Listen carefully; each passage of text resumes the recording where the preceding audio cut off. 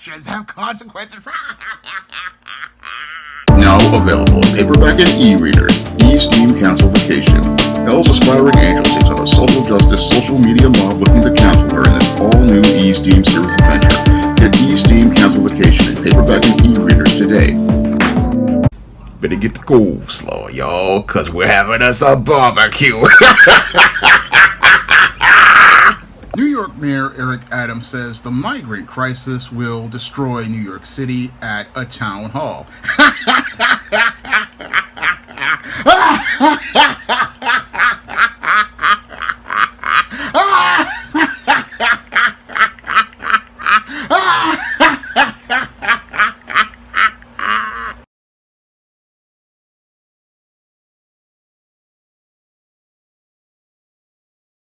New at 11 now, Mayor Adams more passionate than we've seen about the asylum seeker crisis. As more buses arrived at Port Authority today, the mayor says the city is severely impacted by the influx of migrants. Speaking at a town hall meeting tonight on the Upper West Side, the mayor said that he doesn't see an end to this problem as the city is not getting enough support from the federal government.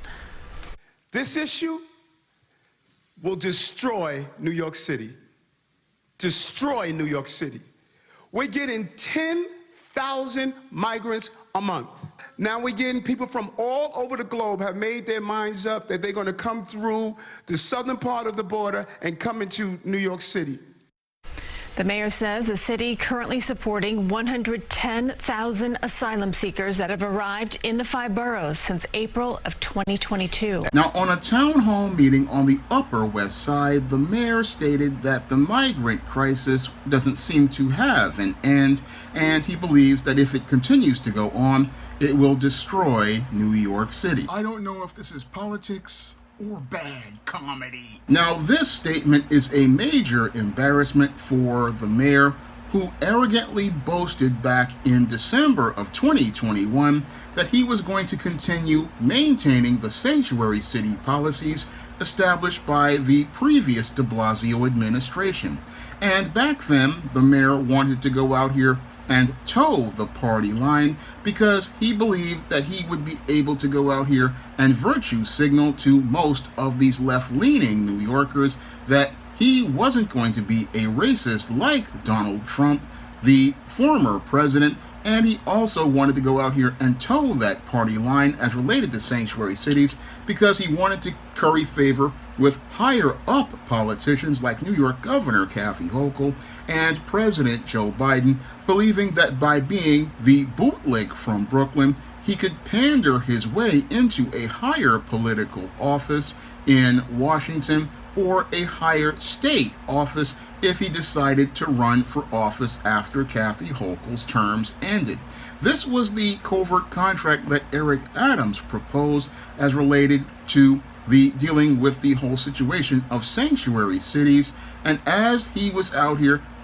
trying to toe the party line as related to these policies, he continued to hold steadfast to them as Texas Governor Greg Abbott wanted to challenge the policy of sanctuary cities. Now, back in December of 2022, Greg Abbott began busing a few of the migrants that Texas and other border states see to New York City, and that's when Eric Adams went out here boasting that New York City would be able to be a sanctuary city to those individuals who entered the country illegally, and went out here and went to the Port Authority bus station at that time to go out and shake hands with many of these individuals who violated our border by entering the country illegally and offering to give them the best of city services and even put them up in some of the best hotels.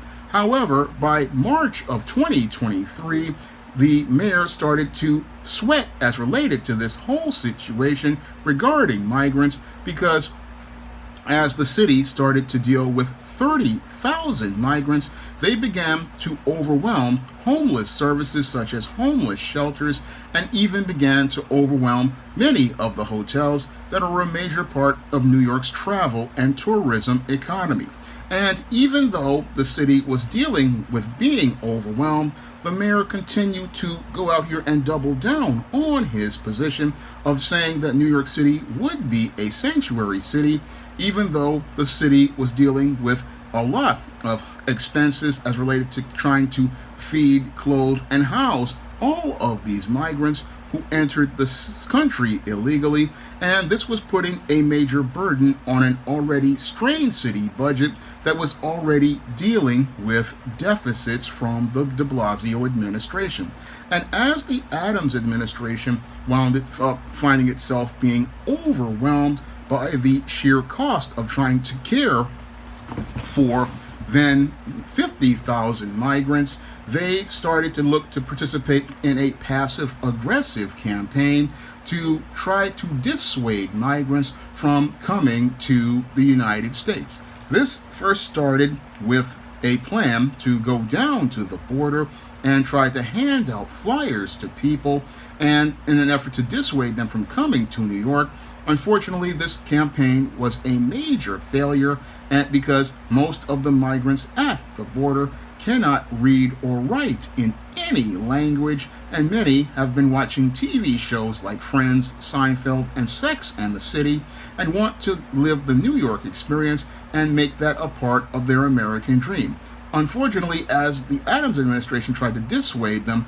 and that didn't work, they started to escalate their passive-aggressive campaigns by saying that buses would no longer take migrants to the intake center that had been established out of the defunct Roosevelt Hotel in an effort to dissuade migrants from coming to New York City. But that plan quickly failed, and when that plan quickly failed, what happened was the mayor then wound up becoming overrun at the Roosevelt Hotel, and migrants began sleeping on the streets. And as they began sleeping on the streets, this began to create squalid conditions in some of Midtown Manhattan's priciest real estate on Madison Avenue, and further, it started to upset many of the business owners in that district. And this created another black eye for the Adams administration, which quickly found a way to get those migrants off the streets. But as they were doing this, they were dealing with 110,000 migrants, who basically doubled the homeless population here in New York City. And as this homeless population became doubled here in New York City, that's when the mayor went from being a virtue signaler who was looking to bootlick and pander for Biden's butter biscuits to going out here and openly looking to criticize Joe Biden, the president of the United States, in looking to try to beg him for help. And when that didn't work, he then was looking to get help from Kathy Hochul, who basically had put distance between herself and Eric Adams because she saw how dire the situation was politically, because she already in the 2022 governor's race only won by 6 points and was almost beaten by Lee Zeldin, knowing that she would basically wind up losing many major suburban upstate New York voters who voted for her if she supported Adams in supporting migrants. This is why Kathy Hochul was keeping her distance, and this whole situation got so out of hand that it basically embarrassed the entire Blue Party, and it led to Kathy Hochul finally coming out and denouncing Eric Adams as being incompetent in mishandling this entire migrant crisis. But as things went on, the situation continues to get worse, and as it gets worse, we are now getting 10,000 migrants coming into New York City basically every week. And as 10,000 individuals come into the city, the mayor doesn't really have a plan for dealing with all of these individuals and trying to find a way to feed, clothe, and house and care for all of these individuals, and is running out of space to house all of these individuals, since many of the areas of New York State won't take any of these individuals. In one municipality, they wound up kicking them out after a migrant participated in a sex crime, and in places like Long Island, they are saying that they aren't sanctuary cities. Moreover, even in parts of New York City like Staten Island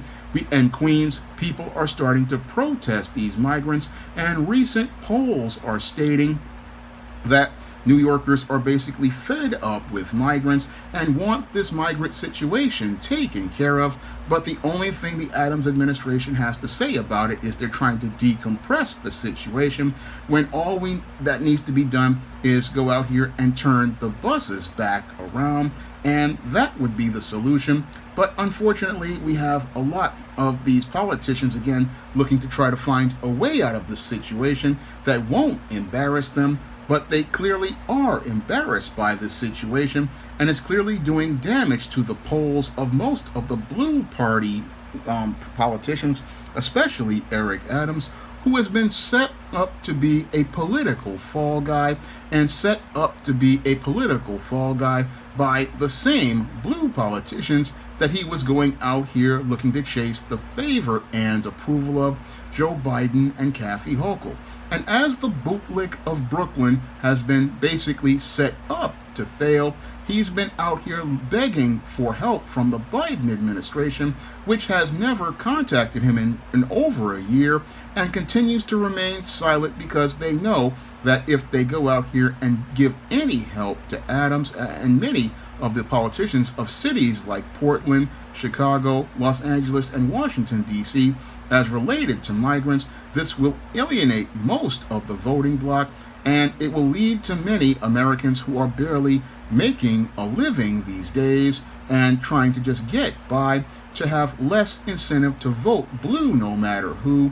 because now there's no way to scare you to voting for them after they basically showed their incompetence. And that's what was shown at that town hall by Eric Adams. What was shown at that town hall was a mayor who basically showed that he's not fit for running the executive branch of New York City, because a person who is an executive would have had the foresight to see that this was not something that was sustainable before a single bus arrived at the Port Authority bus terminal. Because anybody who is a critical thinker, they would have sat there and understood that New York City already had a fiscal deficit from the years of spending by the de Blasio administration, and they would have understood that they could not fiscally care for anybody who was coming into the city illegally, and that the sanctuary city policy was one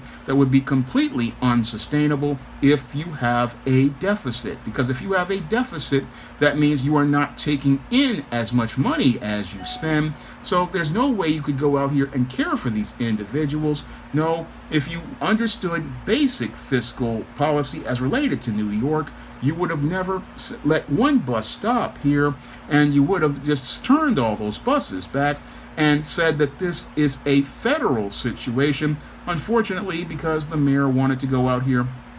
and be the bootlick of Brooklyn and try to run a jive game on many of those politicians, the same way George Jefferson would go out here and run jive games on the TV show The Jeffersons. He thought he could go out here and his mouth could write these checks, and he thought he could run to Mr. Bidendale and go out here and get the money to cash them. Unfortunately, the federal government is not looking to go out here and give anybody any sort of money, and the mayor says that the cost would be $12 billion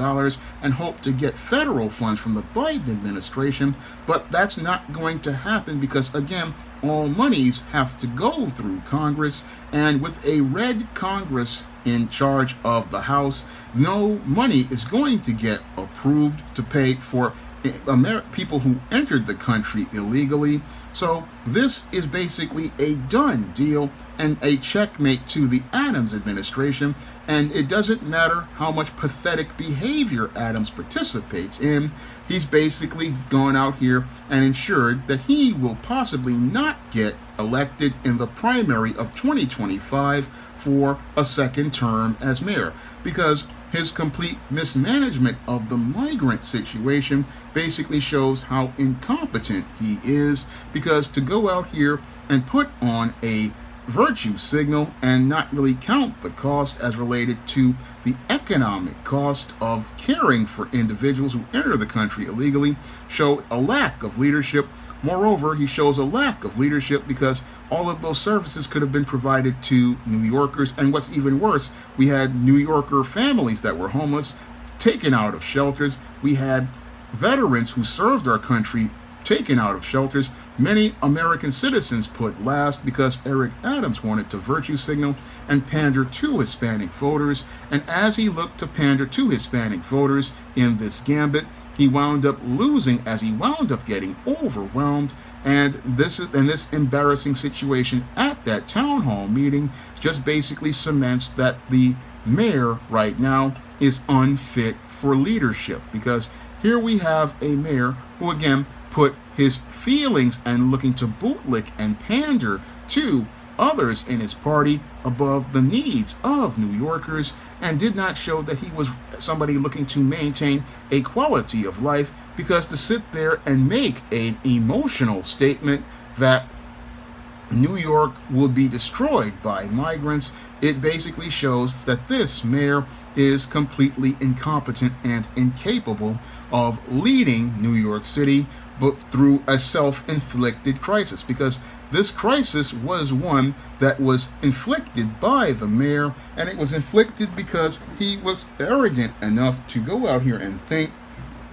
that spiting Donald Trump was more important than the needs of New Yorkers, because that's what this is all really about, showing that Donald Trump is such a racist for basically wanting to go out here and establish a boundary as related to our borders, and wanting to ensure that anyone who comes into the country enters through a proper legal process where we can vet these individuals and find out who they really are, and find out if they have anything like criminal records for crimes like sex crimes, or find out if they have issues as related to their mental health. This is all what Donald Trump wanted. And again, while I do not support Donald Trump and I do not agree with a lot of what he says, his whole policy as related to the border is being proven right, not by himself with his wall, but by the policies of social justice virtue signalers like Eric Adams, who want to bootlick for Biden butter biscuits in the hopes of getting a higher position in the Biden administration. And we clearly see that the Biden of Brooklyn isn't fit for the presidency, and he's definitely not fit for any mayor's job, because with this whole policy approach to this migrant crisis, again, a self-inflicted wound by the mayor, he basically shows that he's basically mismanaged this entire thing. And what's happened is that Kathy Hochul, seeing the complete disaster that Eric Adams has gone out here and created, is now putting distance between herself and the mayor, because she doesn't want the blowback costing her an election in 2026. She already knows that Adams is done in 2025, because only people who are dumber than a box of rocks are going to vote for Adams, who basically is done at this point. He's already lost 1 million votes because he supported the jab mandates that cost 1 million New Yorkers, especially black New Yorkers, their jobs. And he's basically going to wind up losing millions more, who as related to destroying the entire quality of life in New York, and then sitting here saying that, oh, this crisis will destroy New York City. Well, who created the crisis? That's the critical question I want to ask Eric Adams. Who was the one who created the crisis by opening up his big mouth and writing a check his butt can't cash? Who was the one to go out here and create the crisis, looking to spite Donald Trump, spite Greg Abbott, and spite all of these red politicians at the expense of New Yorkers' health, safety, and freedom? Who was the one who created the crisis that destroyed New York City's quality of life? That one person who is accountable for this is Eric Adams, the cream of wheat man, who basically went out here and again put the needs of New Yorkers last and put his own political aspirations first. And as his political aspirations crumble into dust, he's finding the Biden of Brooklyn is finding he's getting no support from the Biden administration. And this is bad comedy because it's just like an episode of The Jeffersons where George Jefferson would go out here and run his big mouth, hoping to jive his way through a serious situation, and then when he got in over his head on that situation, then was looking to get the help of Mr. Whitendale, but Mr. Whitendale was nowhere to be found, and George basically wound up becoming humiliated and embarrassed as he wound up realizing that you couldn't jive your way through a serious situation. And that is how Greg Abbott basically got a checkmate on Eric Adams, who is too busy going out here playing social Candyland and looking to clout chase, not understanding that politics is a game of chess, and you have to be 7 steps ahead of your opponent, or you'll wind up going out like Lori Lightfoot or the previous black mayor, David Dinkins. And in both of those cases, those black mayors really were so caught up in trying to clout chase for the favor of white people, they couldn't see that the people who they were trying to clout chase were anti-black, and that's why they weren't giving them any help. And that's why Eric Adams is not getting any help from the Biden administration, because they are at the point where he basically is being set up to lose in the next election, the same way Lori Lightfoot was set up in year 3 after an onslaught of press that basically cooked and roasted her for not getting crime in Chicago under control. This is what's happening to Eric Adams right now. They're basically setting him up for year 3, where they introduce the candidate the Blue Party has groomed, the new white or Hispanic male or female, and they're setting it up so they can set him up to look incompetent, which he really is, and use this as the key to go out here and run an opponent against him in the primary, the same way they ran an opponent against Lori Lightfoot. But you can't explain this to the bootlick of Brooklyn, because the bootlick of Brooklyn thought, oh, these white people love me, but those white people never loved you. No, that's the big problem with many black politicians. They go looking to get their emotional needs met from an economic and political system, and instead of looking to give tangibles to those in their cities, especially those black voters, because Eric Adams thought he was going to get those brown and Asian voters to vote for him. No, those people didn't vote for him in the previous election, and they'll basically come out in larger numbers against him in the next one, along with the black unvaccinated voters who will basically definitely be voting against him, along with the white Upper West Siders who basically see this migrant crisis destroying New York City. So as he's sitting there in the town hall trying to preach gloom and doom because he knows it's the end of him, Eric Adams basically knows that he can't jive his way out of this situation, and sadly that is the comedy of this whole situation, that he doesn't see that he's the punchline, and he's the punchline of the joke, because he doesn't see that he basically was not understanding the subtle politics transpiring around him, and because he didn't understand the subtle politics transpiring around him, he's possibly going to be out of politics by 2025, because with New York City basically overwhelmed by 110,000 migrants, basically doubling the homeless population and no end in sight, and no solution from the mayor, who's supposed to be the one who's supposed to be the executive running the city. He's basically run the city into the ground, and the only solutions I see for this whole situation is basically ending welfare, because that will de-incentivize people from coming to the city, 1, 2, turning the buses back, and 3, going out here and revoking the sanctuary city status, because we clearly see that New York City can't be a sanctuary for illegal immigrants and take care of the needs of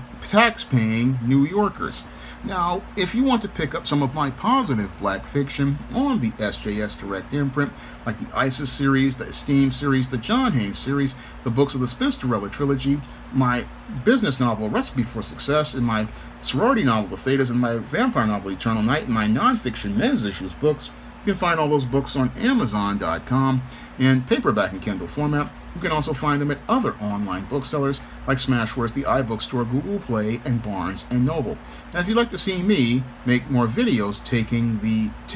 mayor to the barbecue, you can send a donation to the Patreon, the PayPal, or the Cash App by clicking the links in the description box. That's all I have to say for this video. You can comment, rate, and subscribe. Now available in paperback and e-readers, The Temptation of John Haynes. Give in to temptation and pick up this action-packed African-American paranormal romance. Get The Temptation of John Haynes in paperback and e-readers today. Now available in paperback and Kindle. Vampires stalk the darkness of the Eternal Night. Get your copy of Eternal Night in paperback and Kindle on Amazon.com.